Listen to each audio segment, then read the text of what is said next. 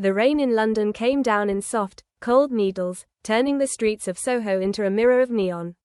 In a small, dimly lit cafe on Berwick Street, Caitríona Balfe sat at a corner table, her tea untouched. Her phone screen glowed with headlines, all about Sam Heughan and Dakota Johnson, the newest golden couple on the entertainment scene.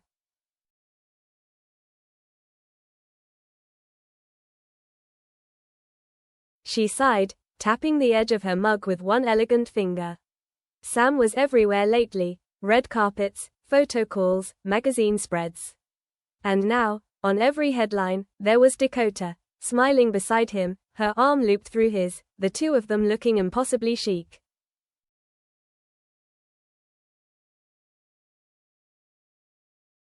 Another whirlwind romance, Caitríona murmured under her breath. Another fairy tale they'll eat alive.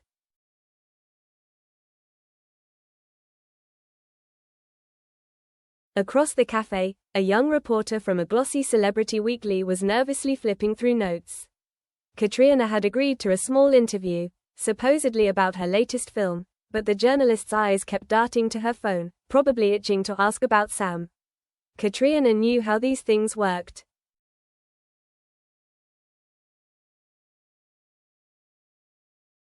When the reporter approached, voice tentative, Caitríona gestured for them to sit.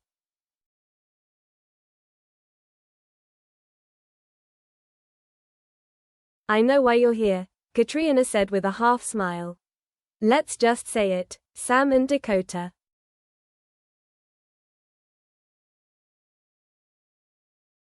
The reporter blinked, embarrassed. Yes, everyone's fascinated. You and Sam have been close for years. People wonder what you think."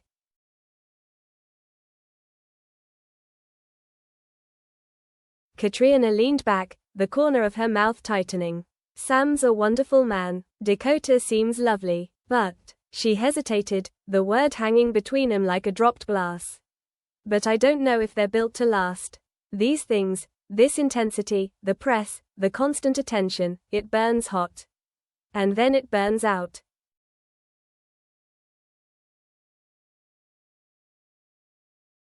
The reporter's pen froze. "You don't think it will last?" Caitríona tilted her head. "I wish them well, but I've seen this story before. And it rarely has the ending people hope for."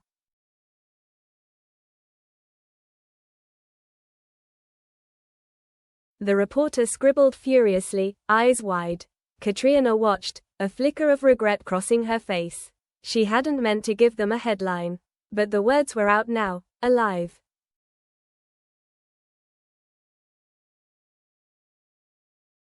That night, the quote hit the internet like a spark to dry kindling. Caitríona Balfe doubts Sam Heughan and Dakota Johnson's romance will last, read one headline.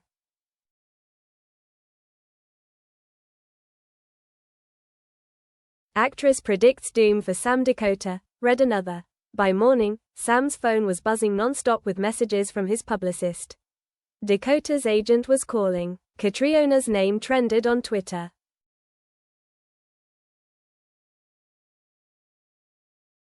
In Los Angeles, Dakota Johnson woke to the sound of her phone vibrating across the nightstand. She groggily reached for it, saw the headline, and sat up. Her heart thudded. She liked Caitríona, at least, from the few times they'd met. But this felt like a betrayal.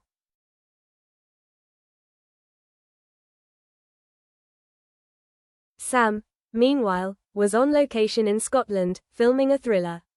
He saw the headline during a break and stared at the screen. His first reaction was disbelief. Caitríona, saying that? He read the quote 3 times. He could almost hear her voice, calm, measured, but the words stung.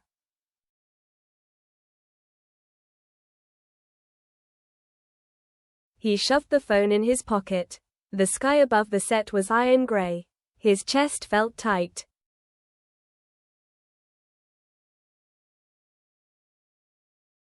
Two days later, Caitríona's phone buzzed with a text from Sam. "Sam, we need to talk."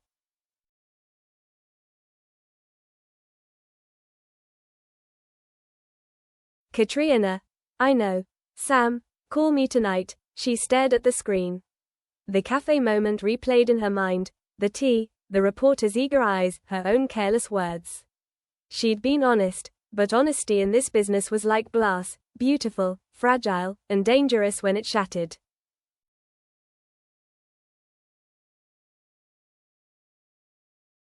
That evening, she called him. His voice came on the line, low and tight. "Why would you say that?" Sam asked without preamble.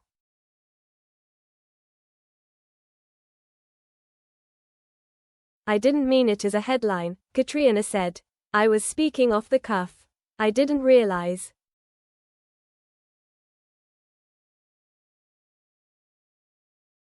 "You've been in this business long enough to know they'll print anything," he cut in. "You know how it looks. Like you're undermining me, undermining her."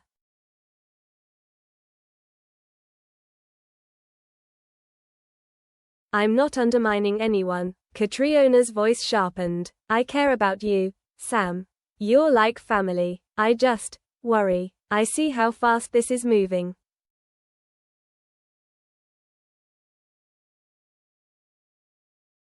"That's my life," Sam said, his accent thickening.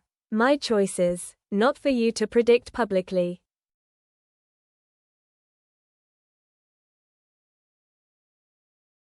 Caitríona closed her eyes. "I'm sorry, I didn't think. Ideographic period, you didn't," he said quietly. And now Dakota's furious. "Her people are calling my people. We're trying to do something good here, to build something, and you've given them ammunition."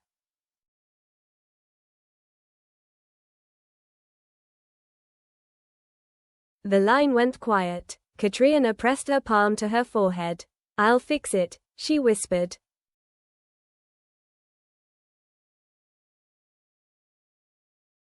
"Can you?" Sam asked. "I'll try."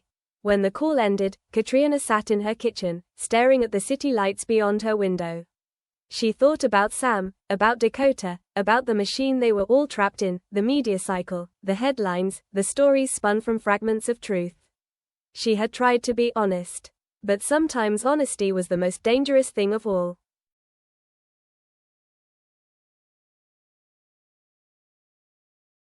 By Thursday morning the tabloids were frothing. Outlander star throws shade at Sam's romance.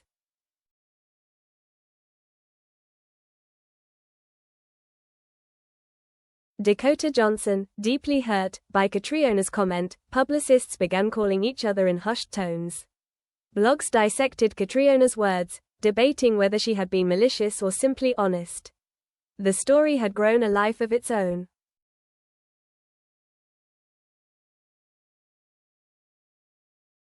In Los Angeles, Dakota sat at her kitchen counter scrolling through her phone, hair tied up messily, a mug of coffee cooling beside her. She felt a mix of disbelief and a strange pang of insecurity. She'd never had anything against Caitríona. In fact, she admired her. But now every headline made Dakota look like a temporary distraction.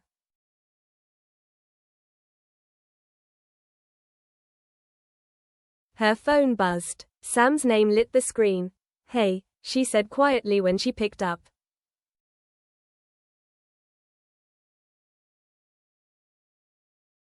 "Morning." Sam's voice was gravelly. He sounded exhausted. "I'm so sorry about this."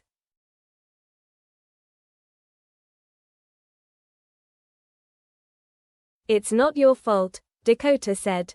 "But it's weird. She's supposed to be your friend, right?"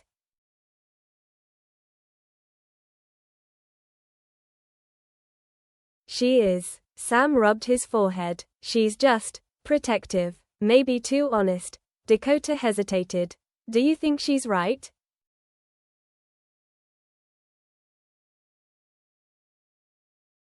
There was a pause on the line. Outside Sam's trailer, the Scottish wind howled. "No," he said finally. "I don't, but it hurts that she said it out loud."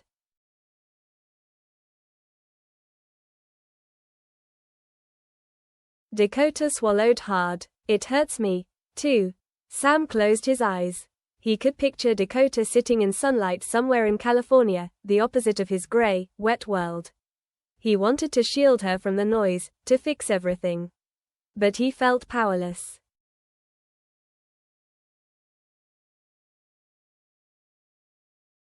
On the other side of the ocean, Caitríona was in a makeup chair preparing for a talk show appearance.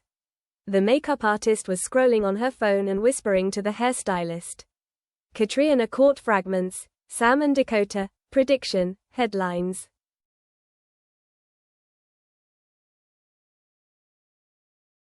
Her stomach knotted.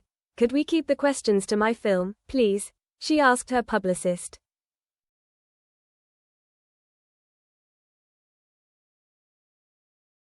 We'll try, the publicist said, eyes darting nervously. But you know how they are. They smell blood.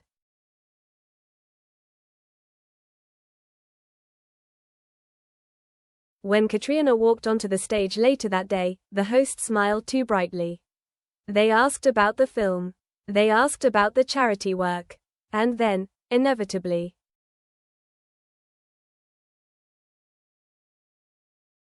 So, Caitríona, the host said, cards shuffling, there's been a lot of chatter about something you said regarding Sam Heughan and Dakota Johnson. Do you stand by your prediction?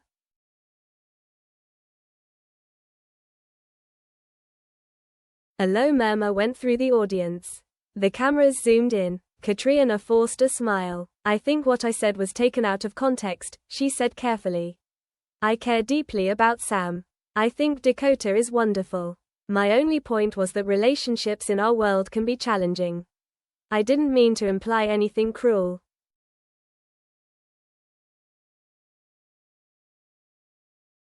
It was the kind of answer meant to pour water on flames. But online, the clips went viral anyway. People dissected her tone, her body language. Some called her jealous. Some called her brave.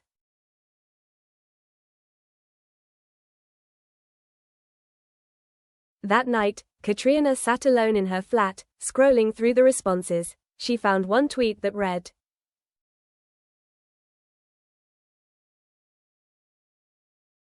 "Sometimes the people who predict doom are the ones who secretly want it." She put the phone down, heart aching. She hadn't wanted doom. She had wanted to protect Sam from the machine, from heartbreak. But maybe she had just made everything worse.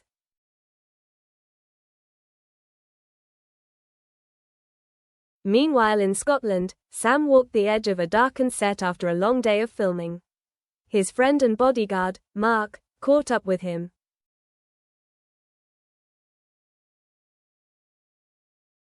You all right? Mark asked. I don't know, Sam admitted. Feels like my whole life is a headline right now. Feels like everyone's waiting for us to fail.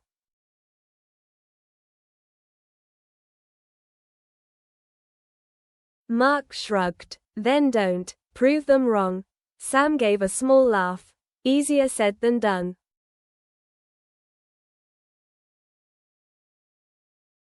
He pulled out his phone, opened a message window to Caitríona, and typed, I know you meant well.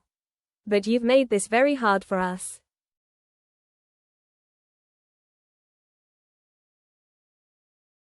He stared at it, thumb hovering over send. Then he deleted it. He didn't want another fight over text.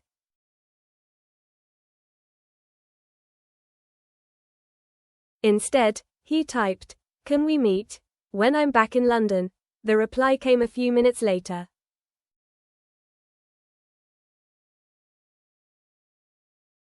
Yes. When Sam's plane touched down at Heathrow the following week, the sky was a muted blue, streaked with pale clouds. He went straight from the airport to a quiet townhouse in Notting Hill that Caitríona sometimes used as a retreat.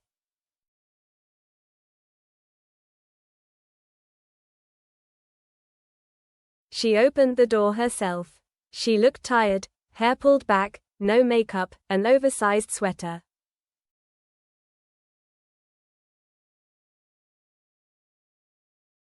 Hi, she said softly. Hi. They stood there for a moment, two old friends with a decade of history between them, suddenly separated by one careless quote.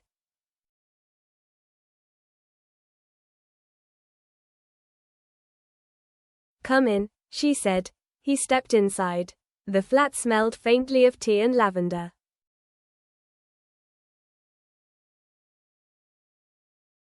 They sat opposite each other at the kitchen table. No cameras, no publicists, no stylists. Just them.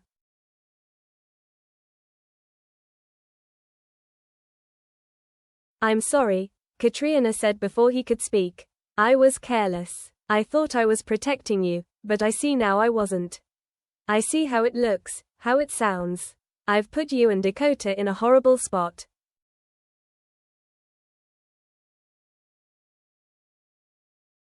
Sam watched her for a long moment. You're like a sister to me, he said. But this felt like you were rooting against me.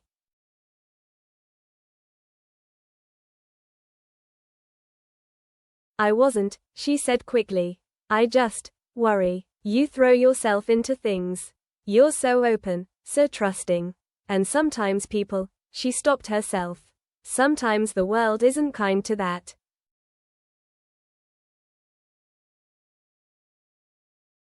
I know, Sam said quietly. But that's my risk to take. Not yours to predict on live record.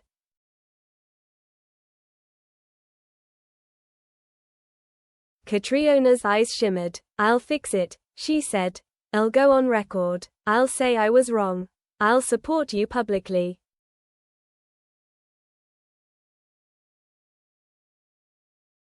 Sam leaned back, exhaling. He wanted to be angry. But mostly he felt sad. Sad that the person who knew him best had underestimated his resilience.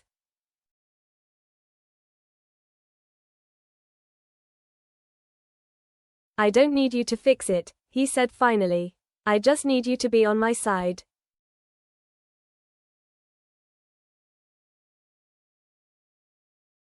I am, she whispered. Outside, London's streetlights flickered on. Somewhere across town, Dakota was reading a draft statement from her PR team about choosing love over gossip. She hesitated over the wording, wondering how much of herself she wanted to show.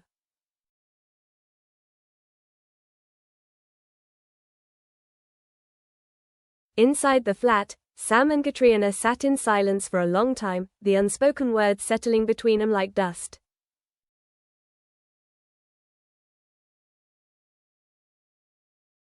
This was not the end of the story.